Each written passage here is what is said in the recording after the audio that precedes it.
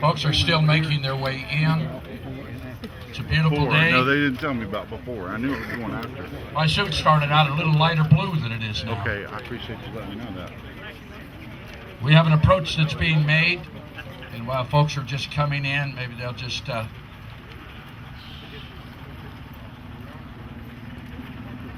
wonderful crowd here today. Thank you so much for coming to honor our war dead. And we are waiting for an approach.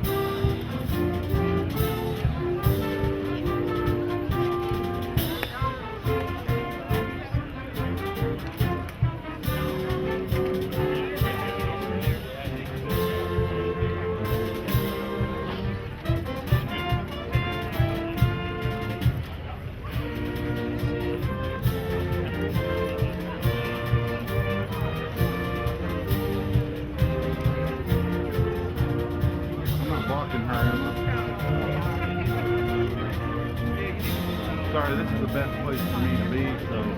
If you would like to look towards the heavens to your right, feel free.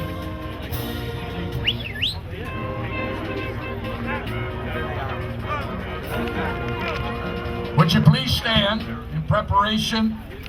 And ladies and gentlemen, please welcome our Kentucky Army National Guard.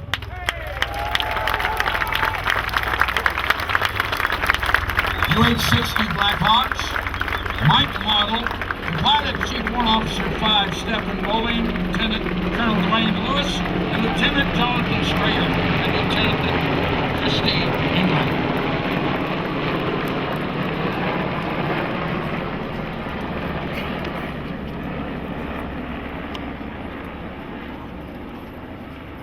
Ladies and gentlemen, please be prepared for a loud noise.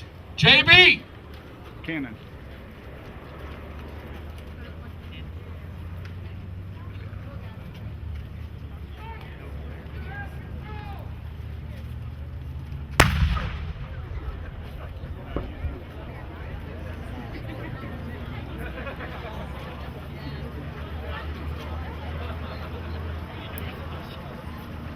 It's gonna go out again afterwards.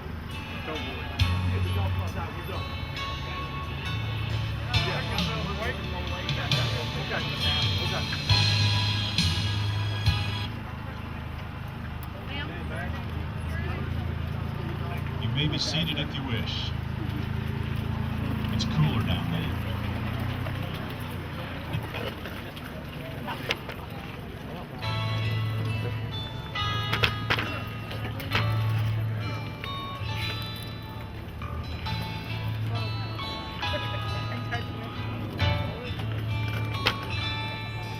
If tomorrow all the things were gone I'd worked for all my life, and I had to start again with just my children and my wife. I thank my God above to be living here today, 'cause the flag still stands for freedom, and they can't take that away. And I'm proud to be an American, where at least I know I'm free. And I won't forget the men who died, who gave that right to me. And I'll gladly stand up next to you and defend her still today. 'Cause there ain't no doubt I love this land. God bless the USA.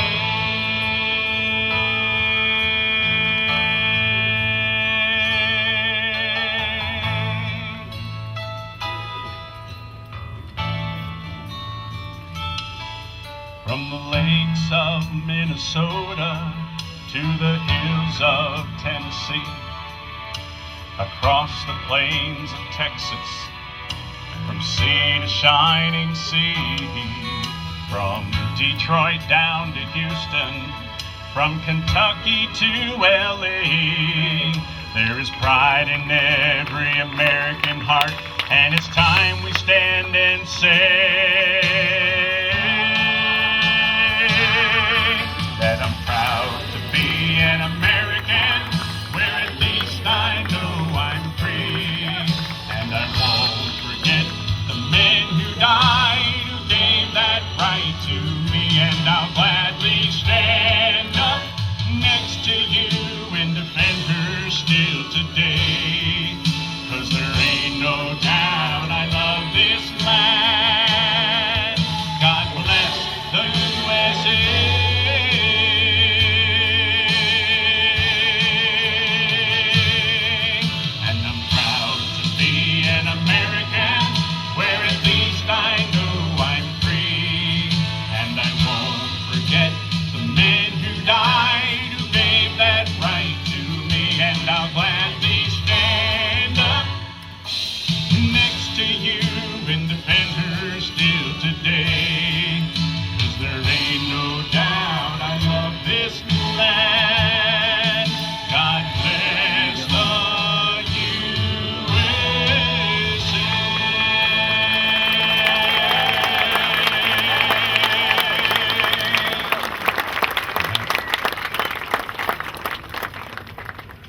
Doug Dickles. You may be seated. Beautiful day to be out. There will be barbecues taking place, if they haven't already started happening somewhere. A lot of things will be happening, because this is a day that we celebrate as in honor to our nation's war dead. What a privilege to be able to stand here. For the last, out of the 26 years of my career, 18 of them has been spent serving Kentuckians. And it has been a privilege. And it continues to be a privilege. This is my last ceremony where I will be in the leadership position. And it has been a wonderful thing. And I used to always tell even my employees that would say, oh, I just love that. And my saying was, never love anything that won't love you back. And I thank God that I've been in Kentucky for those 18 years. And I love my job. Kentucky has loved me back, and I appreciate that very much. All because we have the privilege and the honor to serve veterans. I remember my uncle coming back. I was just a little guy from World War II. He left a boy, came back a man, different, changed. But he went on to become a sergeant in the San Diego Police Department. Productive. Veterans are productive people, folks. Oh, you didn't hear me. Veterans are productive people. My other uncle was during Korea, and I was old enough to remember when he came home. He went as a boy also, came back as a man. He looked good in that uniform. I remember, I want to be just like Uncle Amos. But he was much taller. He became very productive. It goes right out of my mind. I've aged since then. But the first rocket that went off, do you remember what it was? Because I've forgotten. But he was part of that lifting off process. Another veteran. very productive. He talked about that until the day he died. Veterans. But here we're talking about those that are not able to hear what we have to say. But their descendants are here. Sons, daughters, wives. Just somebody that cares. Because somebody was willing to pay the ultimate price if they had to. Did they want to? Not necessarily so. I can remember incidents where I was scared to death. Things happened I never thought it would happen since I was an infant. You'll have to think about that one. Well, I'll tell you what. It is a privilege to have served in the United States Air Force from 63 to 67. My little brother-in-law went off just out of high school, 17. He came back different, very different than when he left. He never talked about it as he would shuffle off on his prosthesis. But he always stood tall when that flag was raised. You know, it's all about shed blood, it seems like, isn't it? It took the shed blood of the Christ to give us spiritual freedom. And it takes the natural blood of your sons and your daughters and your grandsons and even great-grandsons. And I'm so privileged to have served all these years. And one more time, they said, when are you going to retire, Miss Levette? I said, right after Memorial Day, because I want to say goodbye. No, I changed that since then. I'll see you later.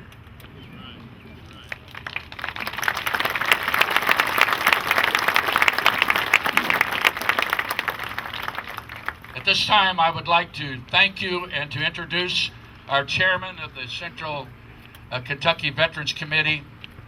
He's done a marvelous job along with the co-chair, Don Thornton, and I don't know if they have their little things on them or not. Identifies the people on the committee, but they do a wonderful job. You know, for this short time, oh, it takes a lot of preparation. You know what I'm talking about, Miss Henry? You wonder how in the world, and it happened so quick. But what a jam-packed 1 hour. Ladies and gentlemen, would you please welcome Nick McManus.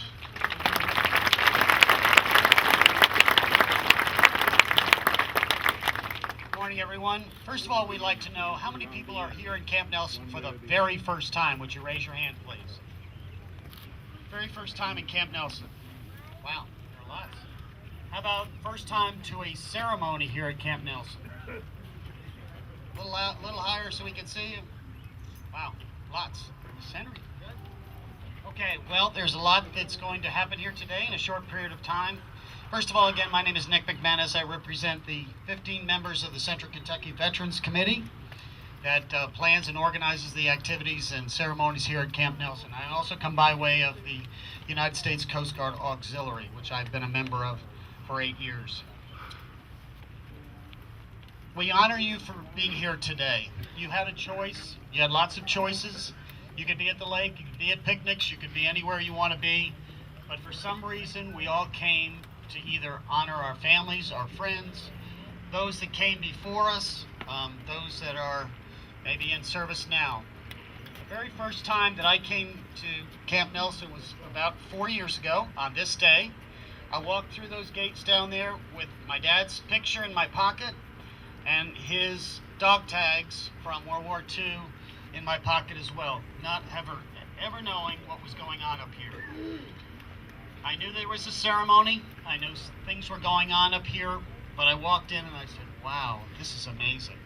And the further I walked back into the back of the cemetery, back into the Civil War area, I began to even get more goosebumps as to what the history and the meaning of this place is. These are called hallowed grounds, the field of stone, the garden of stone, as they say, but so many memories, so much history that goes on here. We have provided you with a program. We're going to ask for a show of hands in a second who doesn't have a program, but inside that program is also an insert that we did this time for the first time, primarily because we began to talk about the fact that so many of you, so many of us, even if we live here in Jessamine County, we don't know the history of Camp Nelson. We don't know about that big white house that sits up on the hill and these 4,000 acres and the history that took place here from 1861 to 1866. Just a 5-year time period that really put this on the map. So we hope that you appreciate that. We thank Peggy McClintock from Heritage Park and also the folks from Lockheed Martin for putting that together. So first of all, who does not have a program, because you're going to need that for today's ceremony? Fellas, if you will, please come down the aisle and hand out the programs.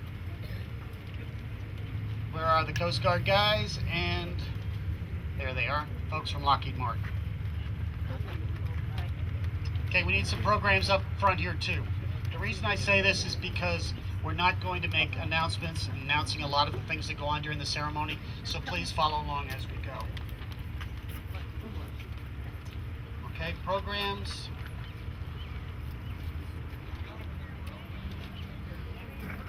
Okay.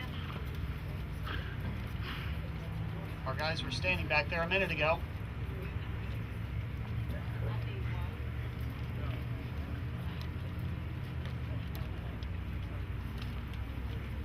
Okay, at this time, we'd like you to stand for the invocation, if you will, please.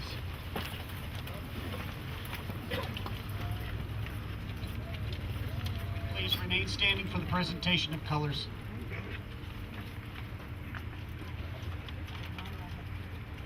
Let us pray together. Our God and our Father, we are grateful for this beautiful day, for the privilege of being on this hill, to honor those who gave so much, that we might have liberty and freedom. And so, Lord, we come before you with thanksgiving. You have the power to raise up nations and to bring them down.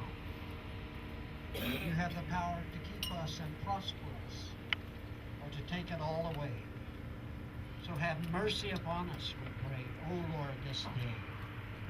We remember, our Father, with those brothers and sisters, beginning at Arlington National Cemetery in our capital, going around the world to the beaches of Normandy, through the Pacific at the great National Cemetery in Honolulu, and the nearly 1,700 sailors and Marines who are still entombed on the Arizona. Across this nation to the small hamlets and villages and towns and countrysides where people come together to remember that our freedoms cost us a great deal. Oh Lord, not only have we come to pay our respect and to honor those who rest here from their battles, but we're here also today to ask that you would renew our patriotism, our love of nation, and our love of you. I pray you'd make us more noble sons and daughters, more honorable fathers and mothers, more courageous citizens, more righteous leaders.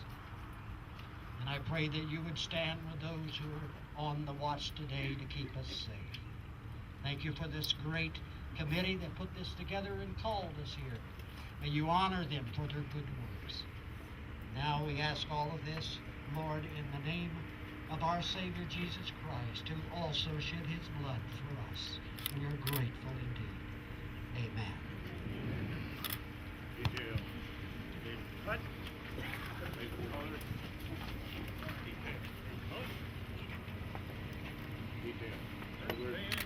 Lord.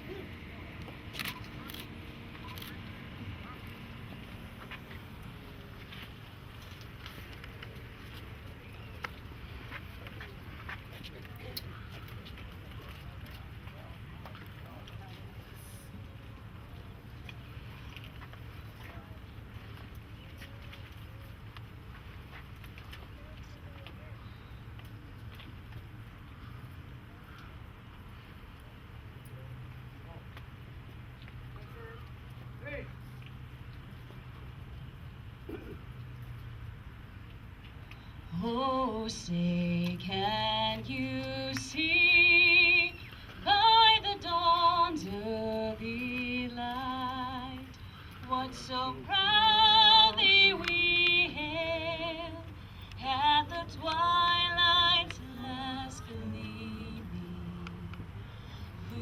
broad stripes and bright stars through the perilous fight.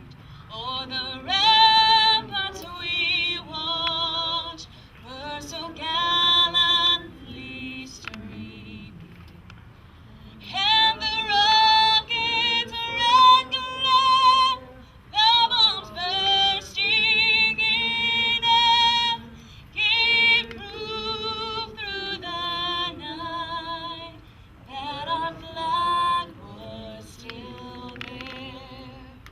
Oh, say does that star-spangled banner yet wave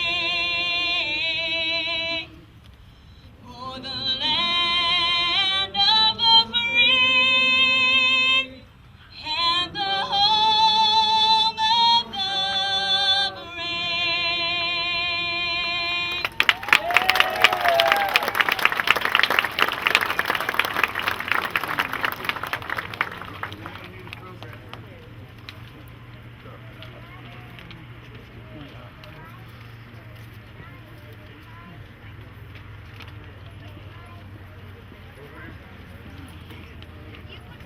Take your seat.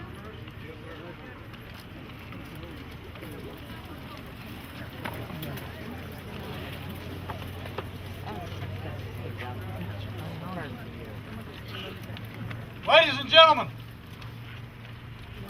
I have been brought to you here today for the hearing impaired.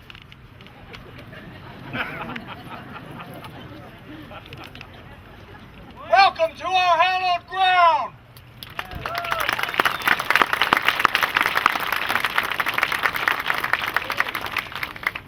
I want to introduce you to Braden Mefford, member of Troop 382 out of Lexington, Kentucky. Member of the Coweta Lodge and Order of the Arrow. Let's hear it for our Boy Scouts. Here, here.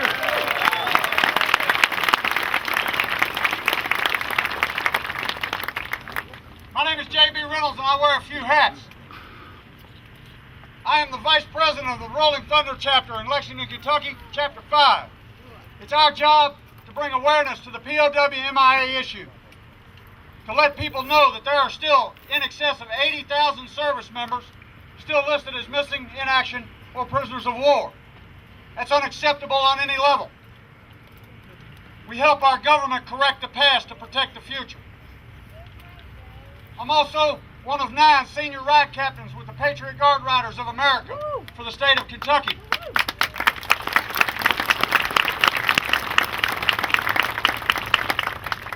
It's our job to show respect for our fallen service members and protect their families from the indiscretions of others. And I'm also an assistant scoutmaster with Troop 382, and I'm the commander of the Bluegrass Council Flag Corps for the Boy Scouts of America. It's our job there to build faith-based decision makers.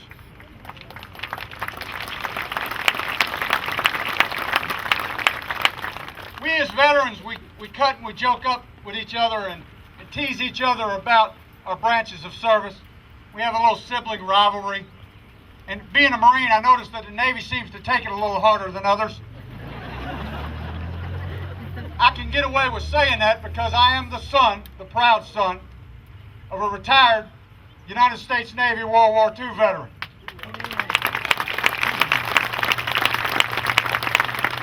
My father reminds me that the Marine Corps is the Department of the Navy, and I remind him we're the men's department. I do it with a salute, though, because I don't like doing push-ups. But all joking aside, at the end of the day, we have a few things in common as veterans. We're all on one team. We're all in one fight. Evil people fear us, and righteous people pray for us.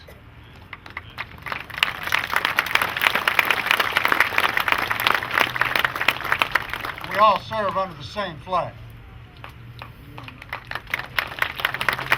I'm reminded of a story that Johnny Cash told. I want to share it with you now. He said, as I walked through a county courthouse square, on a park bench, an old man was sitting there. He said, your courthouse there is kind of run down. He said, no, it'll do for our little town. I said, your flagpole there, it's leaned quite a bit. Man, that's a ragged old flag you got hanging on it. He said, have a seat, and I sat down. He said, is this the first time you've been in our little town? I said, I think it is. He said, well, son, I don't like to brag. We're pretty proud of that ragged old flag. You see, we got a hole in that flag right there the night Washington carried it across the Delaware. It got powder burned the night Francis Scott Key sat up watching it, writing, "Oh, say, can you see?" It almost fell in New Orleans, with Packingham and Jackson tugging at its seams. It almost fell again at the Alamo, beside the Texas flag. She waved on, though. It got cut with a sword at Chancellorsville. It got cut again at Shiloh Hill. It was Robert E. Lee and Beauregard and Bragg. Lord, the South wind blew hard on that ragged old flag. And on Flanders Field in World War I, and she took a big hit from a Bertha gun. She turned blood red in World War II. She hung limp and low a time or two. She went off to Korea and Vietnam, Bosnia, Iraq, and Afghanistan. Everywhere she was sent by her Uncle Sam. She's waved on the ships on a briny foam. Do you know they've about quit waving her here back home? In her own land, she's been abused. She's been burned, dishonored, denied, and refused. The government for which she stands has been scandalized throughout this land. She's getting threadbare and she's wearing thin. She's in good shape, the shape she's in. She's been through the fire before. We believe she can take a whole lot more. Don't worry, Trump's So we on raise the her up way. every morning. We bring her down slow every night. We never let her touch the ground. We fold her up just right. Then he came to his feet and he spoke with some lead. He raised his right hand up to his forehead, said, on second thought, boy, I do like to brag, because we're mighty proud of that ragged old flag.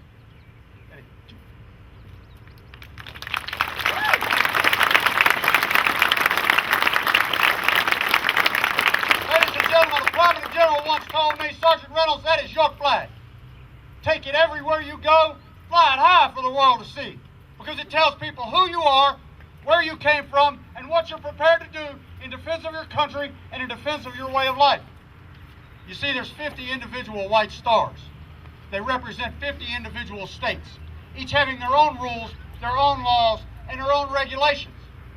They lay evenly spaced, showing that one is no more important than the other. Yet they lay aloft the blue field, denoting their loyalty to the one Union, which is incidentally the name of that area of the flag. There are 13 stripes. They represent the 13 original colonies that had the intestinal fortitude to stand up against what was then the most powerful nation on the face of the earth and say no more. No more tyranny, no more oppression, no more. 6 of those stripes are white. They represent the purity and the righteousness on which this nation was founded. And the 7 that are red, the beginning and the end, they represent the valor and the blood lost, past, present, and future, in defense of our country and in defense of our way of life. Ladies and gentlemen, we would be honored if you are able. Would you stand with us this day as we pledge our allegiance to this symbol of our living nation?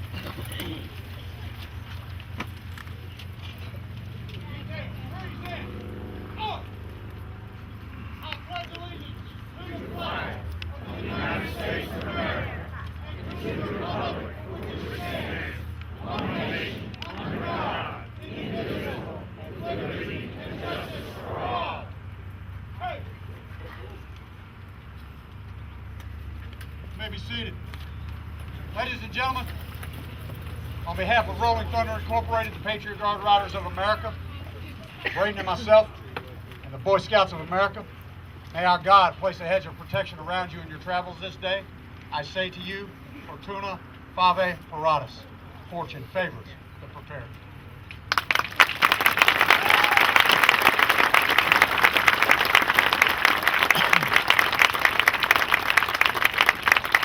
Wow, how do I follow that? I won't even try. I'll let a band play. At this time, the West Jessamine High School Band is going to play the patriotic Armed Forces medley.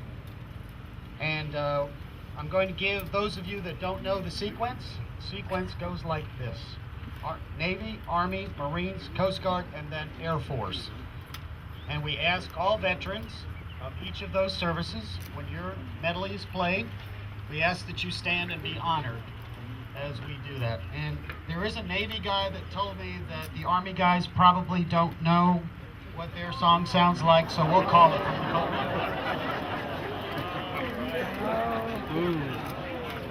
Score is 1-0.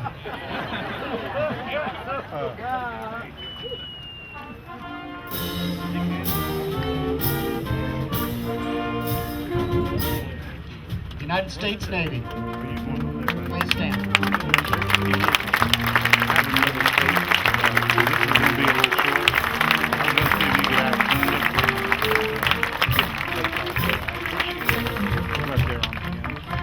United States Army.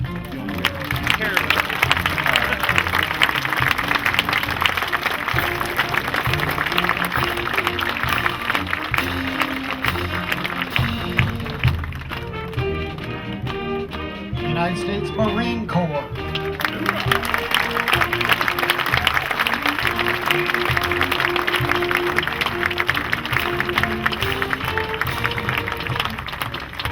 United States Coast Guard and Coast Guard Auxiliary.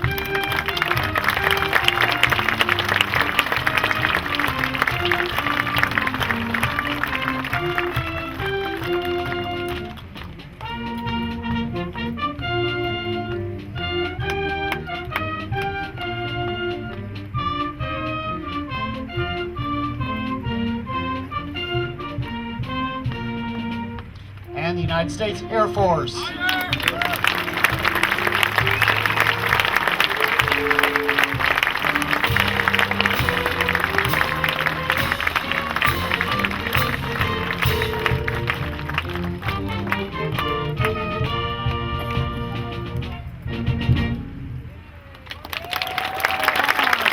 Gentlemen, the West Jessamine High School County Band, Patrick Van Larsdale. Thank you, Patrick and gang. Great job year after year. Well, we're having fun, aren't we? Honoring our war heroes, our war dead. I think they would want us to enjoy ourselves. That's what they died for. I would like to do something that I get a big thrill. Yeah, thrill. I enjoy it. We have dignitaries that come from different parts of Kentucky that they have become friends of the Camp Nelson National Cemetery. And we're happy that they show up year after year. They don't have to be invited. They just show up. And we appreciate that. And I would like to introduce them and thank them for coming once again. David West to my left here. He's our executive county judge, Jessamine County. And I believe next to him, Pete, is that you? Pete Sutherland, our right Reverend Mayor of Nicholasville. We're so happy that he's here. And just skip over a little bit, we have our other participant taking place. Hank Cott for Kevin Corman and the organization that protects us from the gate outside. Thank you, Kevin. Thank your men and ladies for me. And standing or sitting, I never know. Our state representative, folks, would you welcome Russ Myers? And I didn't see Barry Waldrop. If you're here, shame on you. We would like to. Is he here? All right. But Barry is also a friend of the cemetery, also. And I would also like to welcome and introduce to you to something maybe you didn't know. But we are so pleasantly surprised and pleased that our Congressman, the Honorable Andy Barr, is with us. Congressman, would you come? Go, Andy.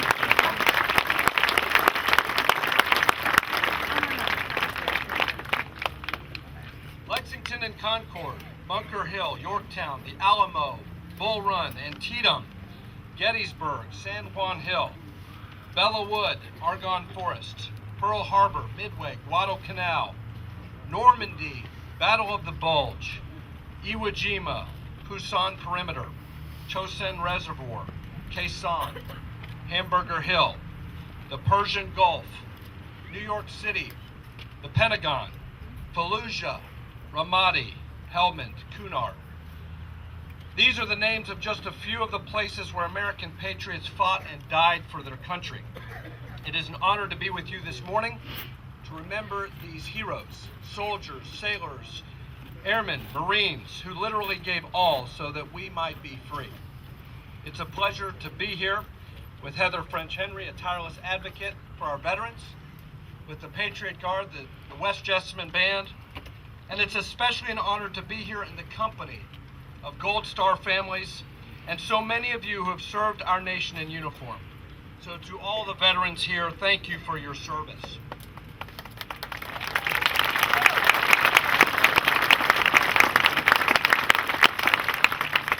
It is appropriate to mark this day at the Camp Nelson National Cemetery.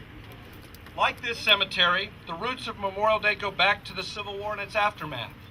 In 1868, the same year, the remains of thousands of Union soldiers were reinterred in this cemetery. Major General John Logan declared Decoration Day would be observed on May 30th at the Arlington National Cemetery. In 1971, Congress declared Memorial Day as a national holiday out of respect for those who had died in all American wars throughout history. Since the very founding of our republic, the United States has been blessed with extraordinary citizens who committed themselves to a cause larger than themselves, who rose to the occasion and answered the call to fight and in some cases die for this country. Memorial Day is a day of remembrance when we mourn the loss of those brave souls, the men and women of the United States Armed Forces who gave their all in the cause of liberty. Memorial Day is a day of reflection that gives the nation and all of us here an opportunity to honor all those who made the ultimate sacrifice to confront evil and to defeat it. Who are these heroes? In the words of Vietnam veteran Special Forces Stu Weber, they are tender warriors. He wrote, "The warrior function is unmistakable in Scripture. Within the epistles, the mature believing man is often described in militant terms. A warrior equipped to battle mighty enemies and shatter satanic strongholds. The heart of the warrior is a protective heart. The warrior shields, defends, stands between, and guards. He invests himself in the energy of self-disciplined, aggressive action. A warrior is not one who loves war or draws sadistic pleasure from fighting or bloodshed. There is a difference between a warrior and a brute. A warrior is a protector. Men stand tallest when they are protecting and defending. This year, once again, we express our gratitude to the greatest generation, the American protectors and defenders who confronted evil, defeated tyranny, and literally saved the world from a millennium of darkness. Today, we face a new kind of evil, as radical Islamic terrorism threatens the freedom of the civilized world. And so we pay tribute to the courage and sacrifice of those patriots currently serving in Iraq, Afghanistan, the Middle East, and around the world to selflessly protect and defend the American people. This year, we are particularly reminded of the sacrifice of Air Force Captain Matthew Rowland of Lexington. His father, Colonel Mark Rowland, is with us here today. Matthew was killed in a roadside ambush while serving in Afghanistan on August 26, 2015. Captain Rowland graduated in 2006 from Lexington Catholic High School, where he was a member of the National Honor Society and ran cross country. He was recognized as a born leader, motivated and dedicated to all that he did, demonstrated by his achieving the rank of Eagle Scout in high school. He earned an appointment to the United States Air Force Academy, where he graduated in 2010. Captain Rowland was an officer in the 23rd Special Tactics Squadron. He deployed 3 times in his 5 years of service, serving in many locations around the world.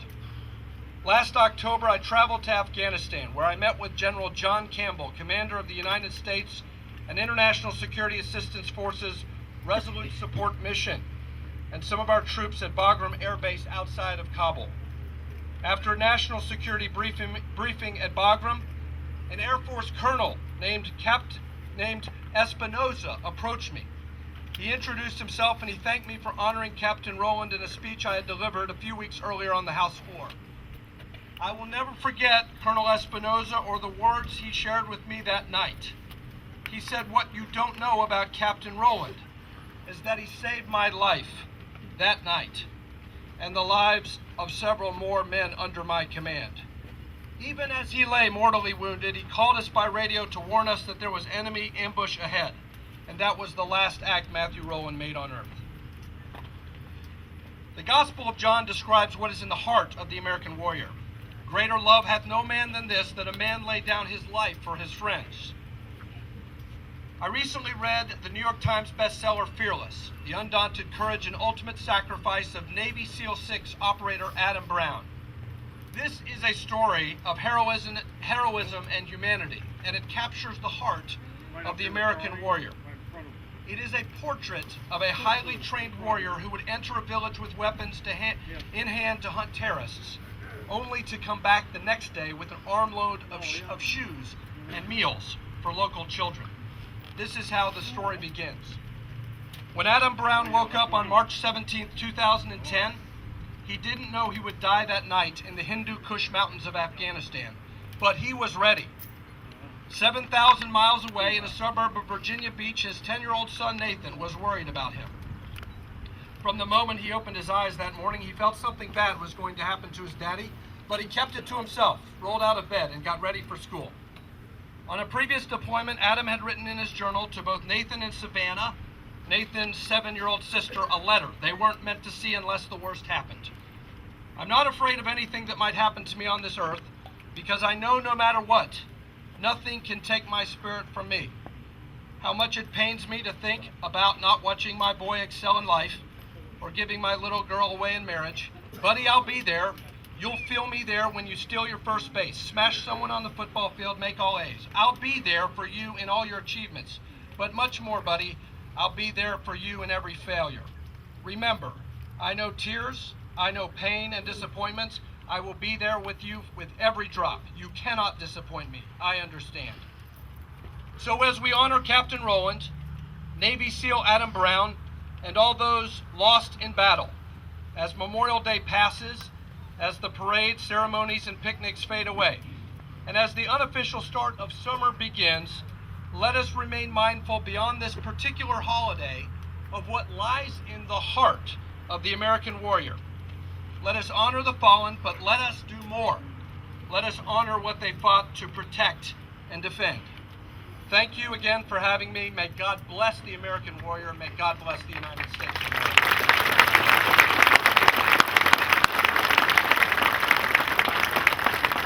Thank you, Congressman. You know, this is again a wonderful day. And when the committee came and they said, "Oh, guess what? I think we can get Miss Heather French Henry to come." They were fighting on who was going to get the escort her or introduce her. Would you believe that? Ladies and gentlemen, I don't believe she really needs an introduction, but may I present to you our special guest speaker today, Miss Heather French Henry.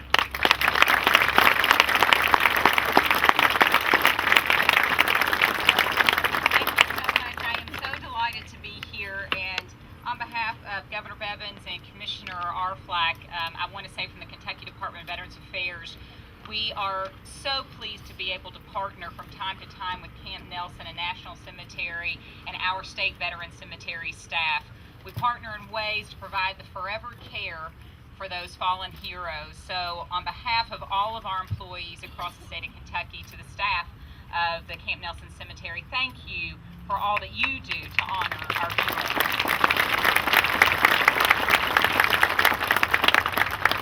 But I'm really here today not as a government official.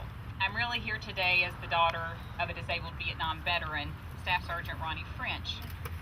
And all weekend long, I have been traveling from event to event, and talking about Memorial Day.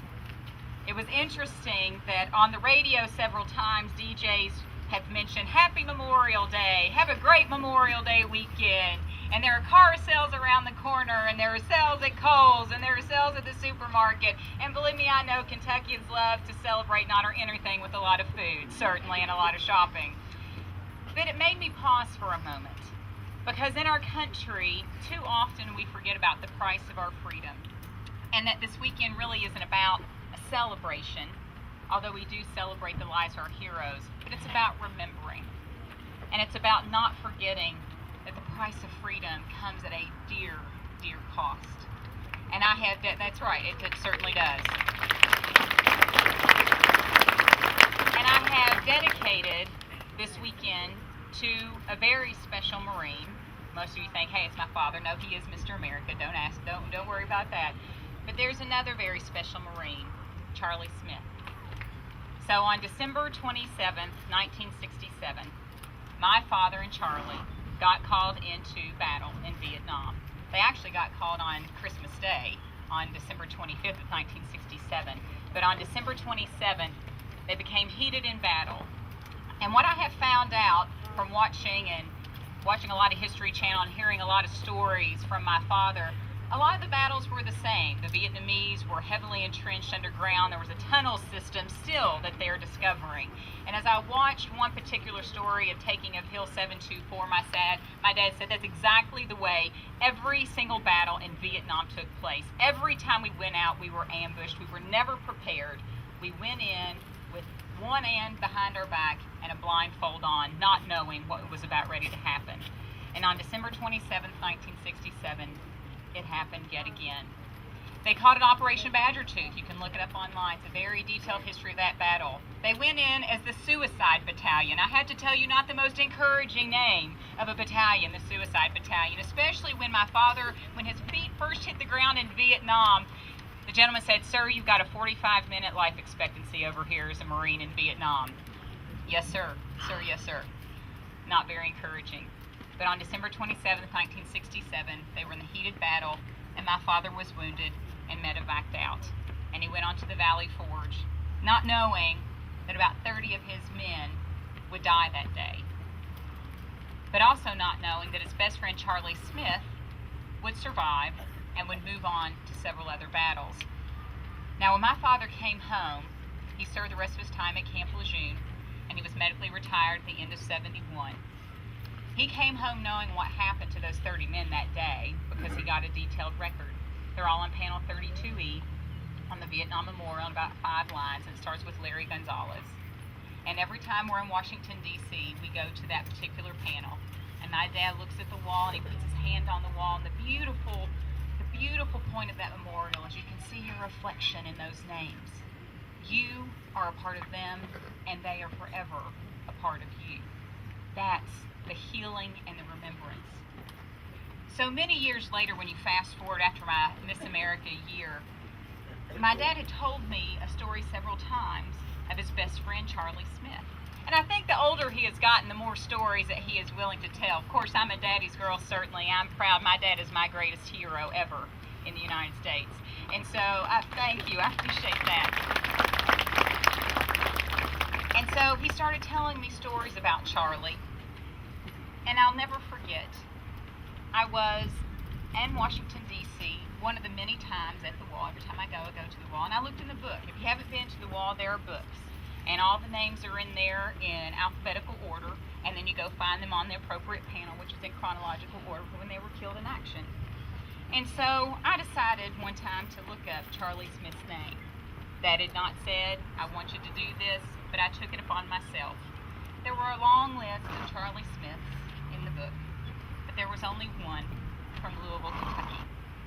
I called my dad, and I said, "Dad, I know you didn't ask." And I said, "But I looked up Charlie Smith's name, and unfortunately, he is on the wall. Dad, Charlie Smith died February 28, 1968, just a couple months after you were medevaced out." I could hear my dad's voice crack on the phone. I could hear the sobs, from a million miles away back in Maysville, Kentucky. But that moment was a very important moment, not only in the relationship from a father to a daughter, but in the moment and in the brokenheartedness and the grieving that my father has had for over 50 years. He has survived with the guilt of not knowing what happened to his best friend. And at that moment, he was able to grieve, but he was also able to heal, because he could remember the best of Charlie, and he knew that Charlie had paid the ultimate sacrifice. Charlie is on panel 41E on line 73. And every time we go to the memorial, and my children know this very well as well because I've taught them about the cost of freedom, we go and we visit panel 32E, and we go and we visit panel 41E. And I take a picture of Charlie Smith's name for a very important reason. I have more rubbings of Charlie Smith's name. I don't know if I think they're going to turn out different every single time, but I can't not do it when I'm there. But I took a picture of it just recently, and I texted to a very special gentleman. You see, if you fast forward even a few years beyond my Miss America year, I was in Louisville, Kentucky at a luncheon, and I spoke about Charlie Smith. And this young lady comes up to me and she says, "Young lady, I have pictures of your father and my brother in Vietnam." And I thought, what? How can you? You're in Louisville. I'm from Maysville and Augusta. And she says, "You don't understand. My brother was Charlie Smith." And she said, "And even more so, I want to introduce you to Charlie Smith Jr., Charlie Smith's son." And just yesterday, I had the complete privilege of having Charlie Smith's family in Jeffersontown, Kentucky, at the Veterans Memorial Park, and Charlie Smith Jr. was there. Every single time I'm at the wall, I text Charlie Smith Jr. a photo of his dad's name, because I want that family to know that he will never, ever, ever be forgotten. None of our heroes should ever be forgotten. No sale, no barbecue, it's all so important that we shouldn't remember the fight for freedom and those heroes who have died for us. To this day, I dedicate all of the work that I do in the memory of Charlie Smith. It's important that each one of us here, that we create that conversation within our community. Today is important not only to remember, but to also pass on that legacy of patriotism. It's even more important that our children are here with us. You know, one of our founding fathers of the United States, President George Washington, once said, "The willingness of future generations to serve our country will be directly dependent on how we treat those who have already served." Why is today important that we're here? It's important because if we don't honor those who died, how will we create a defense for the future of our nation?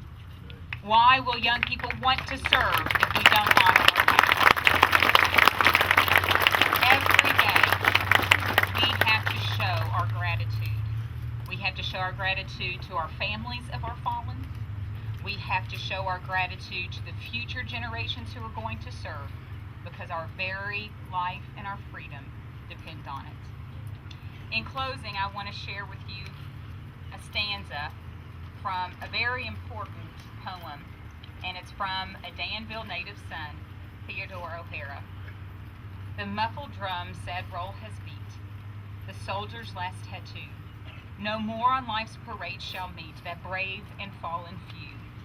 On fame's eternal camping ground, their silent tents are spread, and glory guards with solemn round the bivouac of the dead."